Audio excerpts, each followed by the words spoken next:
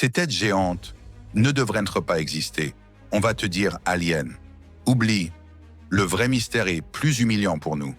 Les Olmecs sculptent des têtes colossales, parfois plusieurs tonnes, avec des visages hyper spécifiques. Pas un symbole, des individus. Pièce du dossier numéro 1, la pierre. Ce sont des blocs de basalte. Et le basalte ne se trouve pas à côté. Il vient de zones volcaniques parfois à des dizaines de kilomètres. Pièce numéro 2, le transport. Pas de roues utilitaires documentées pour ça. Pas de bêtes de trait comme en Eurasie. Et pourtant, ces masses bougent, sur des routes qu'on ne connaît pas, avec une logistique qu'on ne sait pas reconstituer proprement. Pièce numéro 3, le message. Certaines têtes ont été déplacées, parfois enterrées, parfois brisées.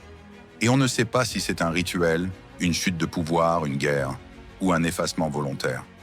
La thèse la plus sobre, c'est simple. Des équipes immenses, des traîneaux, des rondins, des rivières et des années de travail. Donc oui, c'est faisable.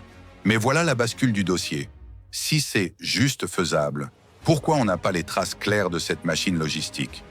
Pourquoi ce système peut produire du monumental sans laisser un mode d'emploi évident? Et c'est là que ça devient contemporain. Ce n'est pas qui les a aidés. C'est combien de puissance une société peut cacher avant de disparaître.